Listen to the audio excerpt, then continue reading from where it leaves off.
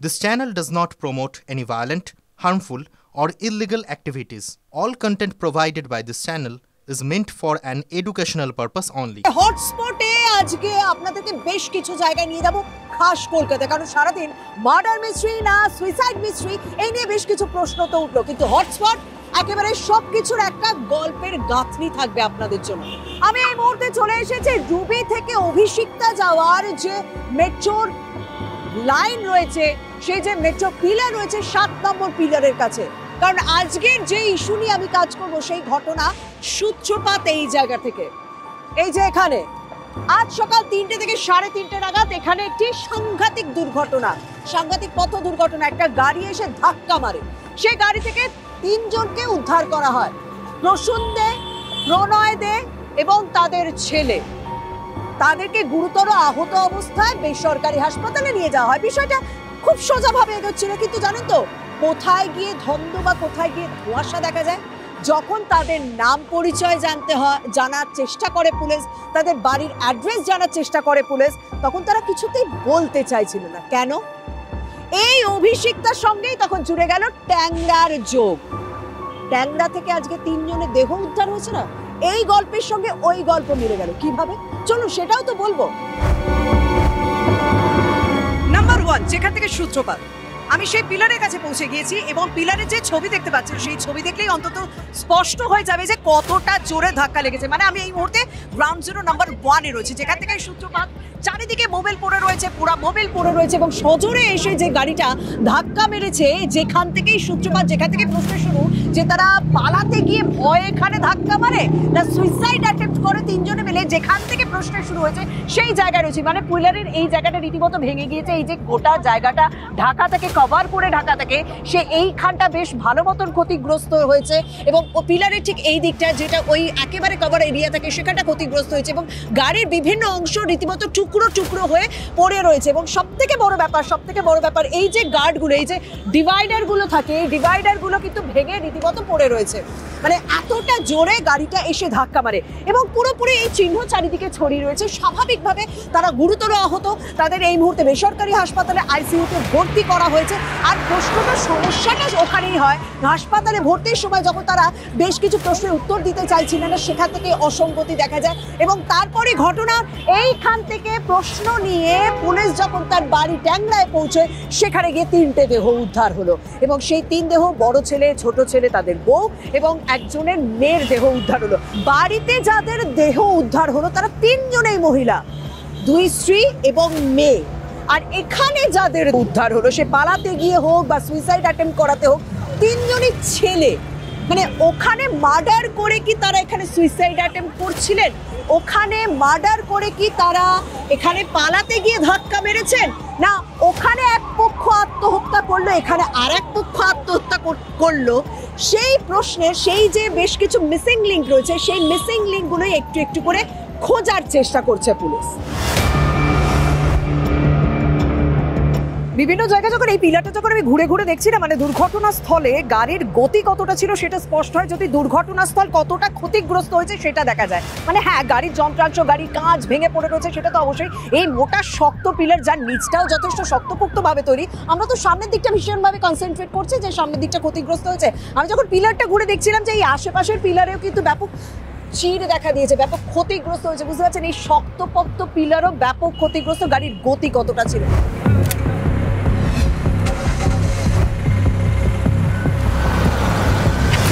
তাহলে joint CP crime Rupesh Kumar বলছে যে এই অ্যাক্সিডেন্টের পর তারা প্রথমে কিছু না বলতে চাইলো, তারপর তারা স্বীকার করে নেন যে ট্যাংরার বাড়িতে 3টে দেহ পড়ে রয়েছে। কিন্তু প্রাথমিকভাবে তারা জেনেছিলেন যে বাড়িতে যে দেহগুলো রয়েছে তাদের হয়তো জ্ঞান রয়েছে। সেখান থেকেই তারা চেক করে গিয়ে দেখেন যে না, তাদের 3 জনেরই মৃত্যুর ঘটনা ঘটেছে। সেখান থেকে বেশ কিছু প্রশ্ন জোরালো হতে থাকে। এই মুহূর্তে আমি গড়ফা থানায় পৌঁছে গিয়েছি, কারণ গড়ফা থানায় ইতিমধ্যে অ্যাক্সিডেন্ট রিসার্চ টিম এসে পৌঁছে গিয়েছে। যে গাড়িটিতে অ্যাক্সিডেন্ট হয়েছে, যে গাড়িটি দুর্ঘটনা থেকে প্রথমে এই ঘটনার পুরো বিষয়টা আস্তে আস্তে খোলসা হতে থাকে, সেই গাড়িটি পরীক্ষা করে দেখা হচ্ছে।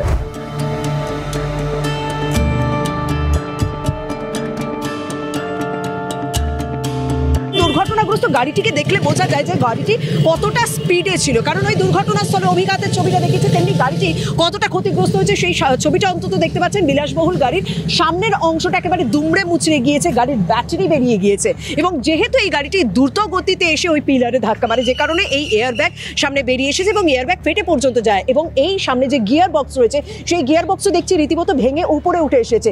এই সামনের যে সিট, যে চালকের আসন, সেই চালকের আসনের উপরের অংশটা রীতিমতো ভেঙে গিয়েছে, আর সেখানে চাপচাপ রক্তের দাগ দেখতে পাচ্ছি, এবং গাড়িটি ব্যাপকভাবে ক্ষতিগ্রস্ত। অন্তত সাদা চোখে গাড়ির ভেতর জুতো রয়েছে, অন্তত সাদা চোখে, মানে আমরা অতটা অভিজ্ঞ নই, অন্তত সাদা চোখে এইটা ছবি দেখে বোঝা যাচ্ছে যে গাড়িটির গতি যথেষ্ট ছিল এবং সেই গাড়িটি গিয়ে ধাক্কা মারে। তবে এই গাড়িটি কি ইন্টেনশনালি ধাক্কা মারা হয়, মানে সুইসাইডাল অ্যাটেম্পটের জন্য গিয়ে ধাক্কা মারে, না কোথাও গিয়ে তারা ভয় পালাতে গিয়ে ধাক্কা মারে, এই বিষয়গুলোতেও তো এখনো পর্যন্ত ধোঁয়াশা রয়েছে, সেই কারণেই তদন্ত করে দেখা হবে। তবে এই গাড়িটি বিষয় সম্পর্কে তথ্য বের করার জন্য, পরীক্ষা করার জন্য ইতিমধ্যে অ্যাক্সিডেন্ট রিসার্চ টিম এসে পৌঁছে গিয়েছে। তারা গাড়িটি পরীক্ষা করে দেখবেন এবং ফরেনসিক বিশেষজ্ঞরা এসে গাড়ি থেকে নমুনা সংগ্রহ করবে, যা প্রত্যেকটি জিনিসই কিন্তু এই তদন্তের ক্ষেত্রে ভীষণভাবে সাহায্য করবে। এবার হটস্পট নাম্বার 2 ট্যাংরায় পৌঁছে গিয়েছি। খাস কলকাতায় বাঙালি পরিবারে এরকম ভাবে 3 জনের দেহ উদ্ধার হবে, আশেপাশের এলাকা যথেষ্ট শক্ত, তারা যথেষ্ট আতঙ্কে, কেউ ভাবতে পর্যন্ত পারেনি। কিন্তু এই এতটা রাস্তা আস্তে আস্তে জানি তারপর বেশ কিছু প্রশ্ন মনে এসেছে, এবং যাতে ঠিকঠাক ভাবে আপনাদেরকে বলতে পারি মোবাইলে নোট ডাউনও করে রেখেছি। দেখুন, যদি এই ঘটনাটা আত্মহত্যা হয় তাহলে একটা প্রশ্ন হচ্ছে যে 3 জন বাড়িতে, 3 জন বাইরে কেন আত্মহত্যার অ্যাটেম্প্ট করলো? মানে 3 জন মহিলা বাড়িতে সুইসাইডাল অ্যাটেম্প্ট করছে, 3 জন পুরুষ বাড়ির বাইরে গাড়িতে সুইসাইড অ্যাটেম্প্ট করছে। সব থেকে গুরুত্বপূর্ণ তথ্য কোন জায়গায় কাজে দিয়েছে সেটা হচ্ছে বাড়ির সিসি ক্যামেরা ফুটেজ। বাড়ির সিসি ক্যামেরা ফুটেজে দেখা যাচ্ছে যে 12:53 নাগাদ বাড়ির পুরুষ সদস্যরা তারা বেরোচ্ছেন, 12:58 নাগাদ তারা গাড়ি থেকে রওনা দিচ্ছেন, কিন্তু অ্যাক্সিডেন্টটা ঘটেছে বা 3টে থেকে 3:30 নাগাদ। এই মাঝের টাইমটা কোথায় ছিলেন? কারণ ভোরবেলায় ট্যাংরা থেকে অভিষিক্তার কাছে যেতে খুব বেশি সময় লাগবে না, আপনারা যারা কলকাতা ছিলেন তারা ভালো মতো জানেন, কিন্তু এই মাঝের এই ঘন্টার পর ঘন্টা এই দুজন কোথায় ছিল এবং তার সঙ্গে বাড়ির ছোট ছেলেটা কোথায় ছিল, এই প্রশ্নগুলোও কিন্তু ভাবাচ্ছে তদন্তকারী আধিকারিকদের। চলুন এবার দুর্ঘটনাস্থলে যাই।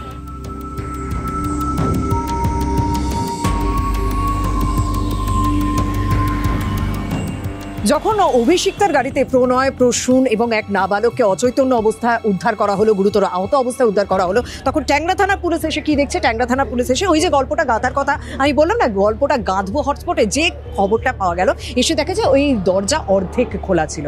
সেই দরজা দিয়ে পুলিশ ঢুকে যায়। এই যে দোতলা দেখতে পাচ্ছেন, এই দোতলা 3টে ঘরে সুদেষ্ণা, রমি এবং এক নাবালিকার দেহ উদ্ধার হয়। সব থেকে বড় ব্যাপার যে সুদেষ্ণার যা খবর পাওয়া যাচ্ছে, বাঁ হাতে কাটা দাগের চিহ্ন রয়েছে, হাত কাটা হয়েছে এবং মাথায় কোথাও একটা বড় জিনিসের আঘাত রয়েছে। সেটা ধস্তাধস্তি কারণে না সে নিচে পড়ে যায়, এটা একটা প্রশ্ন রয়েছে। রমি তার কি রয়েছে? তার এখনো পর্যন্ত যা জানা যাচ্ছে, তার বাঁ হাতে কাটার দাগ রয়েছে এবং গলার লেফট থেকে রাইট, মানে বাঁ দিক থেকে ডান দিকে একটা মানে ছুরি চালানোর দাগ রয়েছে এবং সেটা মোটা থেকে সরু হয়েছে। কেন এই কথাটা বলছি, মানে এত পুঙ্খানুপুঙ্খ বিবরণ আমি কেন দিচ্ছি? মোটা থেকে সরু মানে কেউ যদি সুইসাইড করে, নিজের গলা কেটে সুইসাইড করা সেটা খুব একটা সম্ভব হয় না বলে এখনো পর্যন্ত যারা তদন্ত করছে তারা অনুমান করছেন। এবং সব থেকে বড় প্রশ্ন, তার হাতে কাটা দাগ পাওয়া গেল, সে হাত আগে কাটলো না গলা আগে কাটলো? মানে গলা কেটে তো কেউ হাত কাটতে পারবে না, বা হাত কেটে তো কেউ গলা কাটতে পারবে না, এবং যেহেতু লেফট থেকে রাইট হয়েছে তার মানে এদিক থেকে ছুরিটা এদিকে কোথাও চালানো হয়েছে। এবং যে নাবালিকার দেহ উদ্ধার হয়েছে তার শরীরে কিন্তু কোনো রকম রক্তের চিহ্ন পর্যন্ত পাওয়া যায়নি, কিন্তু তার পাশে পায়েসের বাটি পাওয়া গেছে। সেই পায়েসের বাটিতে কি ঘুমের ওষুধ ছিল না বিষ ছিল, সেইগুলো ইতিমধ্যে তদন্ত করে দেখা যাচ্ছে। এবং সব থেকে বড় একটা বিষয় যে এই ঘরে, এই যে দোতলার ঘর দেখতে পাচ্ছেন, 3টে ঘরে 3টে দেহ উদ্ধার হলো, কিন্তু ব্লাড স্টেন পাওয়া গেল মানে 3 তলায়, যেটা 2nd ফ্লোর বলা হচ্ছে, 3 তলায় ব্লাড স্টেন পাওয়া গেল। মানে ওখান থেকে আত্মহত্যা করতে করতে কি তারা নিচে নামে, না নিচ থেকে আত্মহত্যা করতে করতে ওদিকে যায়? মানে এই যে ব্লাড একদিকে পাওয়া, আরেকদিকে দেহ পাওয়া, এই বিষয়গুলোতে একটা বেশ কিছু সন্দেহ তৈরি করছে। সেক্ষেত্রে কিন্তু এখনো পর্যন্ত সিপি মনোজ বর্মা তিনি বলছেন যে খুন না আত্মহত্যা, এই বিষয়টাকে তারা ক্লিয়ার করে কিছু বলতে পারছে না, কারণ যত সময় এগোবে, যত বেশ কিছু তথ্য পাওয়া যাবে, তখনই কিন্তু বিষয়টা আরো জোরালো হবে। So far we have not found anything suicide note মতন কিছু আমরা পাইনি, বাট ইয়েস ওখানে মোবাইল মানে কিছু মোবাইল পাওয়া গেছে। So we are looking into that, mobile থেকে কি এক্সচেঞ্জ হয়েছে, those kind of things are being looked into, কিন্তু এখনো অবধি আমরা সেরকম কিছু সুসাইড নোট পাই। ওদের মধ্যে একজন যে বাচ্চা আছে, বাচ্চার একটা রিস্টে ইঞ্জুরি আছে, অ্যান্ড আর একজন যিনি আছেন অ্যাডাল্ট, ওর ইঞ্জুরি আছে। এটা বলা মুশকিল আছে that it was caused because of accident or it was মানে আগে থেকে ইনজুরি আছে, it is difficult to say at this stage. So that is part of investigation. তবে এই মুহূর্তে দাঁড়িয়ে সবথেকে গুরুত্বপূর্ণ ভূমিকা কিন্তু ওই নাবালক যে এখন গুরুতর আহত অবস্থায় হাসপাতালে চিকিৎসাধীন রয়েছে, সে যদি মুখ খোলে তাহলে হয়তো অনেক কিছু বক্তব্য পরিষ্কার হবে। রাত 1:45 পর্যন্ত তাকে অনলাইন পাওয়া গিয়েছিল, মানে রাত 1:45 পর্যন্ত অনলাইন। এই জায়গাটা একটু যদি ক্লারিফাই করি, 12:58 তারা বেরিয়ে গেলেন, রাত 1:45 পর্যন্ত ওই বাচ্চাটা অনলাইন ছিল, মানে সে কি গাড়িতে অনলাইন ছিল, মানে তার আগে কি এই ঘটনাটা ঘটে গিয়েছে না তার পরে ঘটনাটা ঘটছে? এই সমস্ত জায়গায় বেশ কিছু জোরালো জিনিস রয়েছে, জোরালো প্রশ্ন রয়েছে। সেই প্রশ্নগুলো, সেই গিটগুলোই আস্তে আস্তে খোলার চেষ্টা করা হচ্ছে। আজকে সকালবেলা আমি 3টার সময় যখন উঠেছি তখন দেখছি তো আলো জ্বলছে না। তা আমার মনে একটা হলো যে কি হলো, আলো জ্বলছে না কেন? এদের লাইট জ্বলছে না ওদের না, আমাদের উপরে মিটিং ছিল কালকে দিয়েও লাইট জ্বলছে। আমাদের ওখানে তো পুরো আলোটা যায় ওদের, মানে এনাদের বাড়ি সবসময় ঝকঝক টকটক করে আলো। আমি ছেলেটাকে দেখেছি, ও ছোট ছেলেকে আমি কাল দেখেছি, আমি রান্না করছি, আমার ছেলেটা বাইক নিয়ে ভেতরে ঢুকছে। এটা দু ভাই খুব মিল, দু বইয়ের নিরাম মিল, যেরকম দু বইয়ের মিল, দু ভাই তোর মিল, এত মিল চিন্তা করে, মানে বন্ধুর মতো, মানে বন্ধু যেরকম বন্ধুর থেকেও বেশি। দেখুন, হটস্পট নাম্বার 3-তে আমি চলে এসেছি, 21 নম্বর শিল লেন, এবং এই যে protective leather gloves private limited, এটা কিন্তু তাদের পারিবারিক ব্যবসা, এবং সেই পারিবারিক ব্যবসা প্রণয় দে এবং প্রসূন দেও তারা এই পারিবারিক ব্যবসায় সামাল দিচ্ছিলেন। এবং যখন এলাকায় গিয়েছিলাম, যখন দুর্ঘটনাস্থলে গিয়েছিলাম, তখন বেশ কয়েকজনের বক্তব্য তো পেয়েছিলাম, যারা সাধারণ কর্মী তারা কিন্তু বলছেন যে তারা কোনোদিনও এই কোম্পানিতে আর্থিক সমস্যা বুঝতে পারেননি।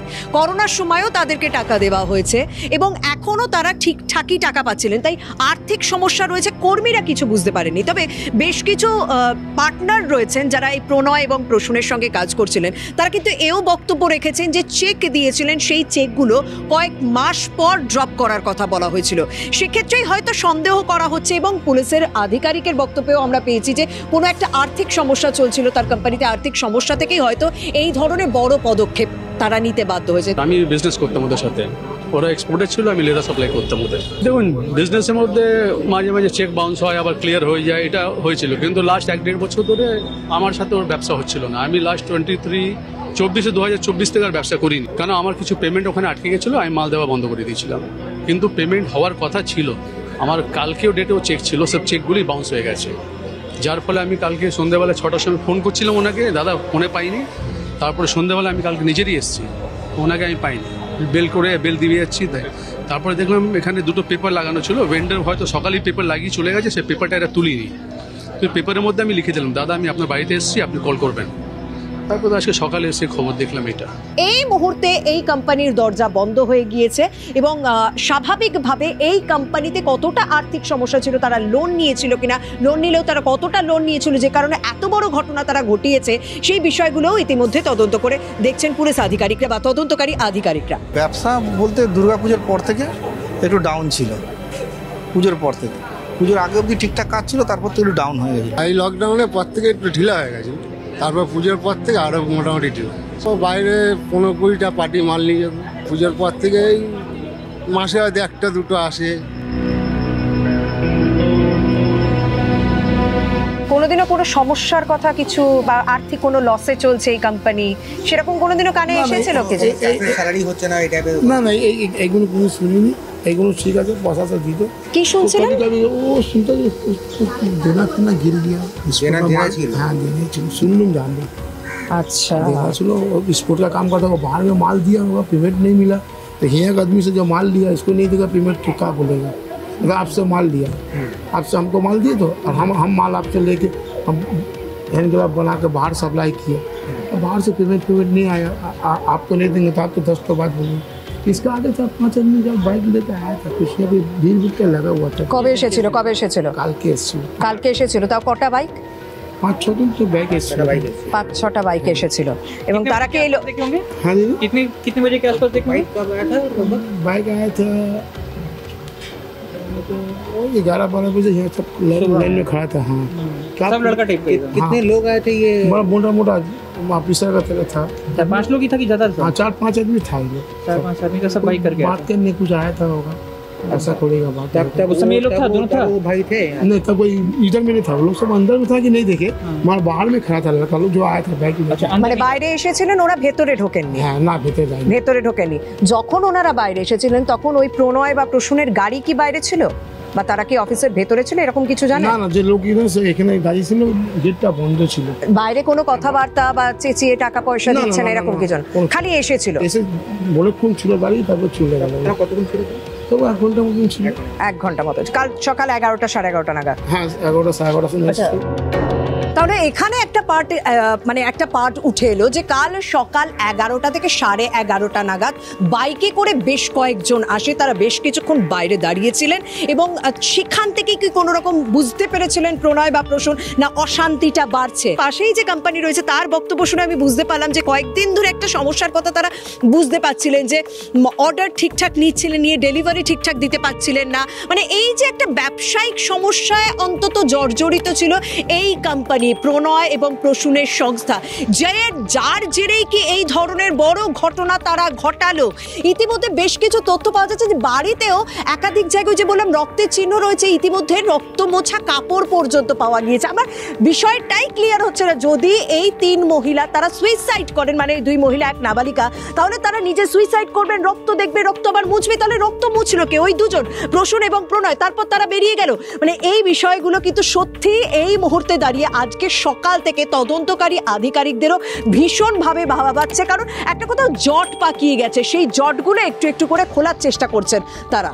যাই হোক, সন্ধ্যা নেমে গেছে, সকাল থেকে একাধিক হটস্পট আপনাদের ঘুরে দেখালাম, 3টে হটস্পটে আজকে গেলাম এবং এই ইস্যুতে, এই ঘটনায় বিভিন্ন দিক, বিভিন্ন মানুষের বক্তব্য আপনাদের সামনে তুলে ধরলাম। এবার তো পুরোপুরি তদন্তের বিষয়, তদন্তে ঠিক কি উঠে আসে সেদিকে অবশ্যই নজর থাকছে। যাই হোক, আজ এখানে শেষ করলাম, আরো অন্যান্য খবরের জন্য নজর রাখুন TV9 বাংলার সঙ্গে থাকুন। ট্যাংরায় বাড়িতে 3 জনের মৃত্যু, বাইরে দুর্ঘটনায় আহত 3, আরো ঘনীভূত রহস্য।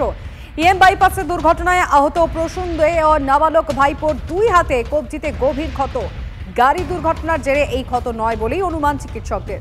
বড় ভাই প্রণয়দের দেহে কোনো ক্ষত নেই, তাহলে কি স্ত্রীদের মতো কাকা ভাইপোর কবজি শিরা কাটা হয়েছিল? তারা নিজেরাই হাতের শিরা কেটেছিল কিনা, নাকি অন্য কেউ কেটেছিল, তদন্ত করছে পুলিশ।